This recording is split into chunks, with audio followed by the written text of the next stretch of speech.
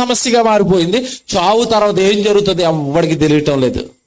చేసింది నేను మనిషిని, చచ్చిన తర్వాత ఏం జరుగుతుంది చెప్పాల్సింది నేను. మనుషులు విస్తారంగా మాట్లాడుకుంటారు, అవన్నీ బుద్ధిహీనమైన మాటలు అన్నాడు దేవుడు. చచ్చిపోయినోడికి ఏముంటదట, వారు ప్రేమింపరు అంటే ఏకగా పుట్టరు, మళ్ళా మగదిన పుట్టడు. లవర్ కోసం ప్రేమింపరు, ప్రేమలు లేవు, కళ్ళబొల్లి కథలు. మీ దగ్గర డబ్బులు కొట్టేయడానికి 100 కోట్లు డబ్బులు కొట్టేయడానికి వీళ్ళు కల్పించిన కళ్ళబొల్లి కథలవి. చచ్చిపోయిన వాడు ప్రేమించడట, ఎంత బాగా రాస్తున్నాడు చూడండి. వారు ప్రేమింపరు. నెక్స్ట్, పగ పెట్టుకోనరు. దెయ్యం అయిపోయి కోరికలు తీర్చుకోవడానికి చెట్టు మీద కూర్చుంటున్నాడు వచ్చి. ఆడికి ఎక్కడది పగ, ఆడి బాధలు ఆడివి. ఏడుపు కేకలు, ఆత్మహత్య చేసుకున్నందుకు. ఒరే నేనిచ్చిన జీవితాన్ని నువ్వెందుకురా తీసుకున్నావు మధ్యలో అంటాడు.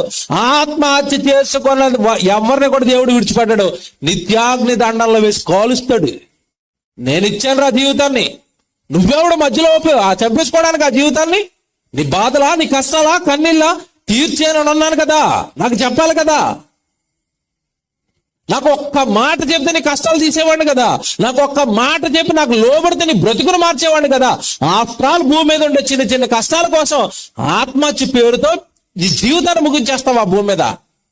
ఒరే భూమి అంతా నాది కదా, నీకేం బాధరా, నీకు ఏది కావాలంటే అది నీ పాదాల దగ్గర పడేస్తాను కదా.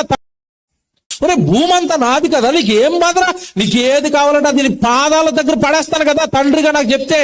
ఈ విశ్వం నాదే, ఈ విశ్వంలో నీకు ఏం కావాలో చెప్పు, నీ పాదాల దగ్గర పడేస్తాను. నీ బాధ ఏంటో చెప్పు, నన్ను నమ్ము, ఆ బాధను నేను తీరుస్తాను నీకు మార్గం ఏర్పరిచి.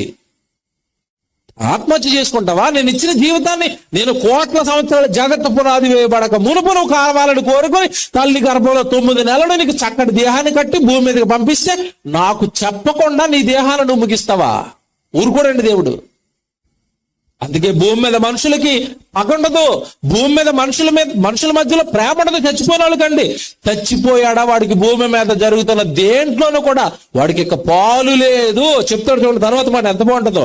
వారు ప్రేమింపరు, పగపెట్టుకొనరు, అసూయపడరు, సూర్యుని క్రింద జరుగు వాటితో. చూసారా ఎంత బాగుందో? సూర్యుని క్రింద జరుగు వాటిలో దేని యందు వారికి ఇక ఎప్పటికీ వంతు లేదు. ఇంకెక్కడికి వస్తాడు ఇంటి దగ్గరికి? కొంతమంది అంటారు ఇల్లు కడుతూ మధ్యలో చచ్చిపోయాడండి, అప్పుడప్పుడు వచ్చి ఇంటి మీద కూర్చుంటున్నాడండి ఇల్లు కట్టినాక. పిచ్చి ఆలోచనలు ఇవన్నీ మీకు. ఇక్కడ మనం బాగా ఆలోచిస్తే లోకం మన మరణం విషయంలో మన